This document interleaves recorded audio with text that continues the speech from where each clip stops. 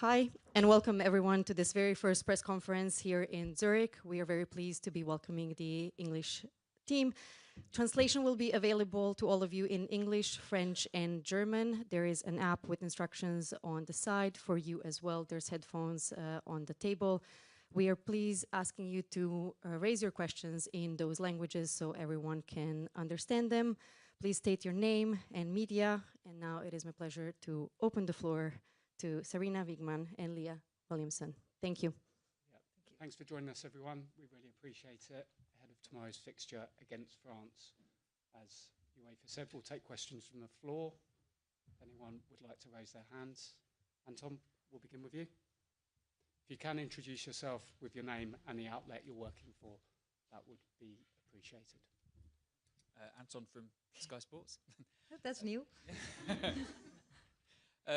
Sarina, Leah, nice to see you both. But it's nearly here, I suppose, the exciting part of the summer. I'm just wondering how ready the team is, how ready Lauren James is, and what kind of an impact she can have on the tournament, considering, obviously, she's just coming back from injury.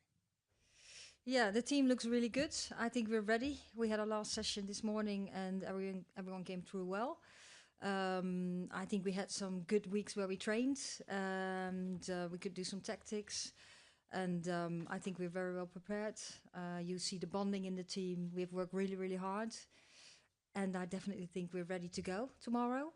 On your question, the impact of LJ, she's in a good place. Of course, as you've noticed, she came on the pitch against Jamaica last week. And she's ready to get more minutes tomorrow. Emma? Hi both, nice to see you. Emma Sanders from BBC. Sarina, we spoke to Lucy yesterday, Lucy Bronze, and she was talking about how Hempo sometimes in meetings doesn't actually realise her experience when maybe she's asked to input. I just wonder if that's something maybe you've challenged her to maybe show a little bit more that experience or that leadership, I guess. Yeah, a little bit. She's a very introvert person, but she does have an opinion, and we ask her a little bit more to give her opinion. And I think she's grown so much in football, but also as a person, and that's what we see too. Thank you. Go to the front, please. Hi, Sarina. Hi, Leah. Leah, what do you like about playing with Alex, and how does she differ to Millie? I think Alex is an exceptional ball player. She sees things that, not many do. She's always at such a high performance. I think when you play next to somebody like Alex, she demands so much of herself and then naturally of you too. Her experience and everything about her. I mean, she's one of my best mates, so I have a good time playing. But she's also one of those players that you don't want to let down because her level is so consistently high. And how does she differ to Millie? To Millie, I think there's loads of differences in terms of. I think that mostly, obviously, the physicality of it. Millie is blessed in ways that people like me and Alex are probably not, and she has those strengths. And I think, we have to do talk in a different way, I suppose. And it's Ian's last tournament as well. How has he helped you as a person and as a player? I think his football brain. He works so hard, and he's a very tactical man. He's got a lot of ideas about football, and he always challenges me. Sometimes he knows he pushes me sometimes because I go to bite at him. But yeah, he's been a great person to have around the team, especially in the Euros 2022. I think we all appreciate him for the role that he played and have done ever since. Super. All the best for tomorrow. Thank you. Just go behind. Thank you. Hi, both. One for Leah, Rachel Steinberg from PA in the UK. Just having missed out on the World Cup and having gone through that experience and that recovery, does it give you a new or different kind of appreciation for sitting here today on the eve of a new European Championship?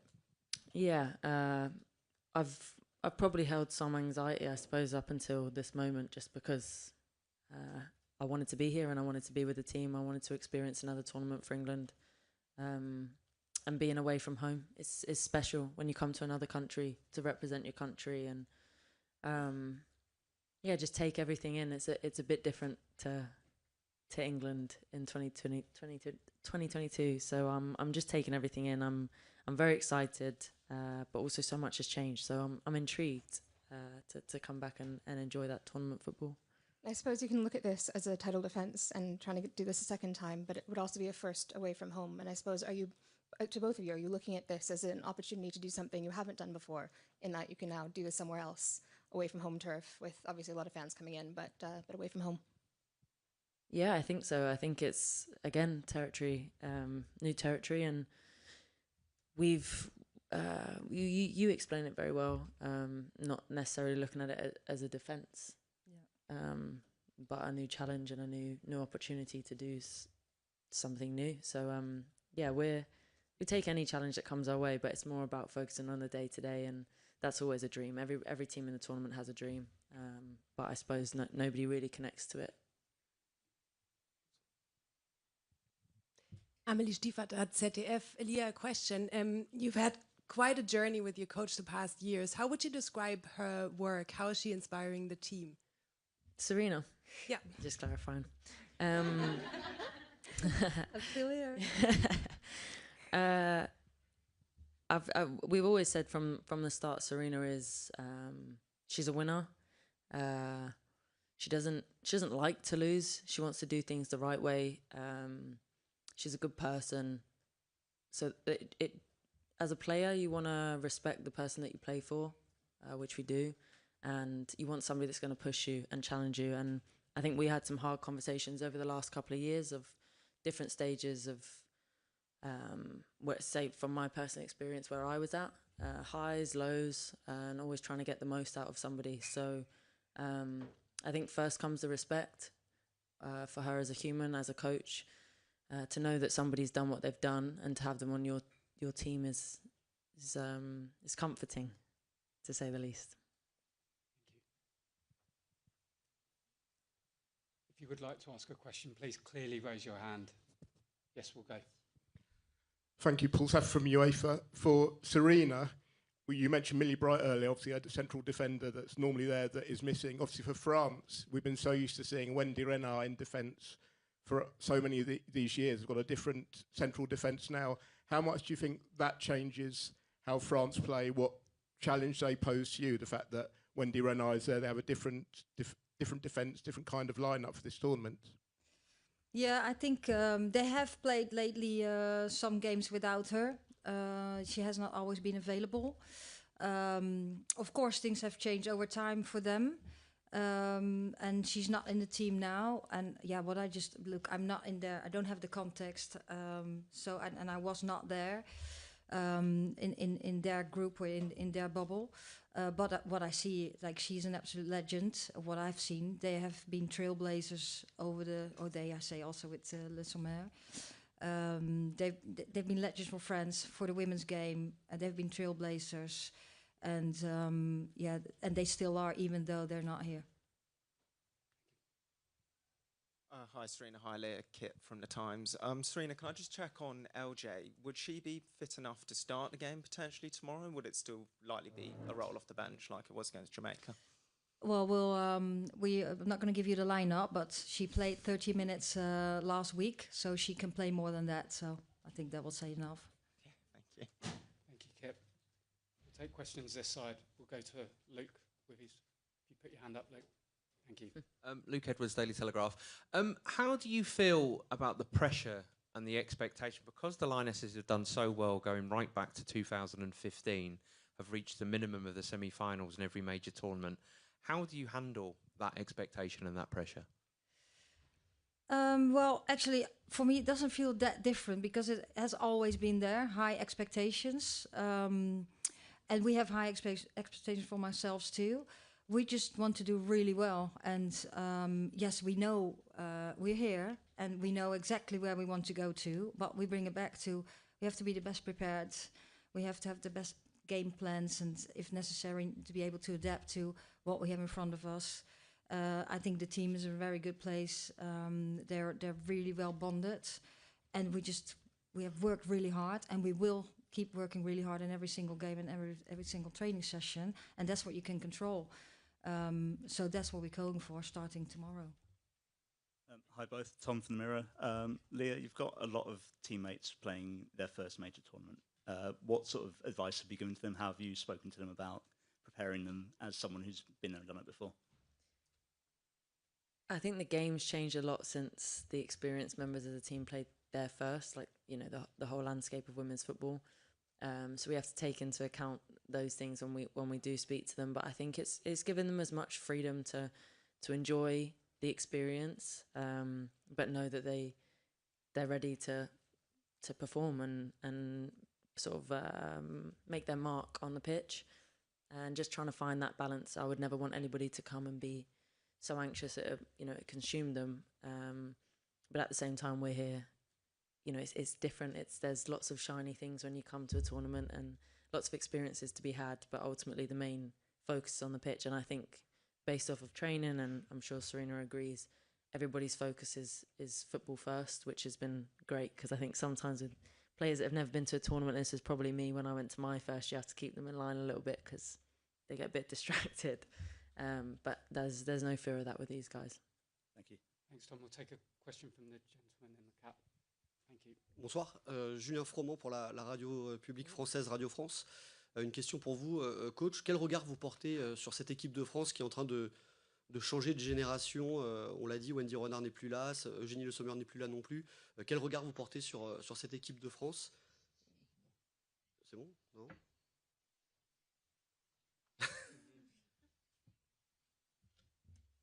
Oui? Il y a la traduction ou pas? Non? Ouais. Quel regard vous portez sur l'équipe de France?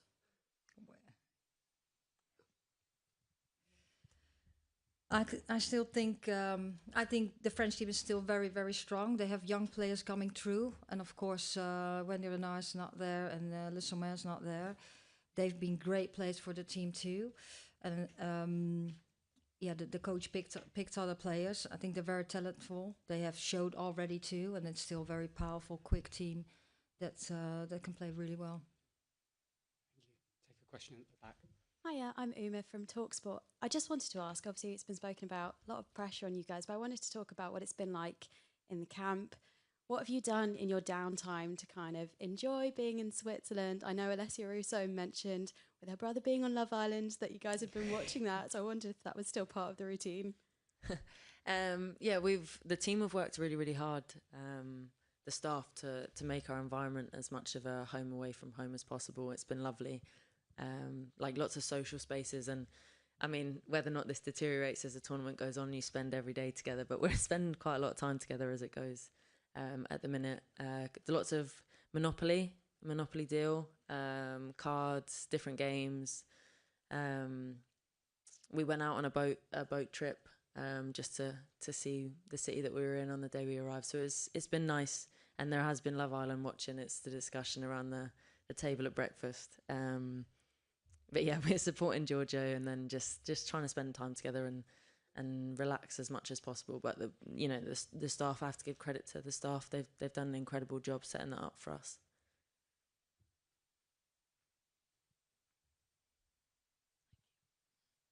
Hi Leah, it's Holly from The Mirror.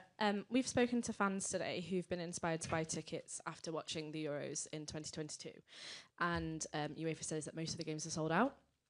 So I just wondered, obviously, does the roar of the fans, does it still give you a rush when you're on the pitch and when you first walk out, even though you're an experienced player? And how much does it help you, to spur you on to try and get those wins? Yeah, we were talking about the atmosphere at Leicester. It was a great atmosphere, and we could hear them, and it does make a difference, especially in certain games where it's tight. You want to hear them. You want to know. I suppose also you sort of you acknowledge the responsibility that you have when people come to watch you. It's a nice pressure to carry in terms of people have come to support, so you give everything that you have for them. But yeah, it was difficult for family and friends to get tickets, which means England fans, I presume, have done their job well and secured them. So we're very excited to get in front of them, especially even in Australia, I was there to watch, and the English fans there to support. It was incredible. So we have good memories, and we always just want to respect that. I think when they look at us, they see a team that would give everything for them, and I think that's where, you know, they keep coming back for that reason, and I hope that continues. Thanks, Holly. Just in front of you, please. Oh, sorry. Thank you. Hi, Tom Hamilton, ESPN. Sarina, Leah just mentioned there how you've been emphasising that this is a new challenge and a new opportunity for the group. The players themselves have talked about New England quite a lot as well. Is that your way of sort of resetting this group and sort of drawing a line under previous success to kind of bring together a new challenge as a whole? Yeah, it was our way. I think we've spoken about it several times a couple of months ago, so where we're at. And the team has been a bit in transition, of course. And we absolutely cherish what we have done before. We'll never forget it. And those are lifetime experiences for us and for our families and also for the fans. But you have to move on. And you have to be on top of it. Things are changing very quickly. Things are developing very quickly. So we have to do too. And we came together, it was actually in February, and then we came to this, that we said, yeah, it's a new challenge. The approach was there anyway, but we called it the New England. Bonjour, en français, s'il vous plaît. Bonjour. Now, don't think I speak French. That was lovely. C'est bon. Plusieurs joueuses françaises jouent en Angleterre. Est-ce que, Léa, vous pouvez dire un mot sur Sandy Baltimore qui joue à Chelsea et que vous avez affronté plusieurs fois? Merci.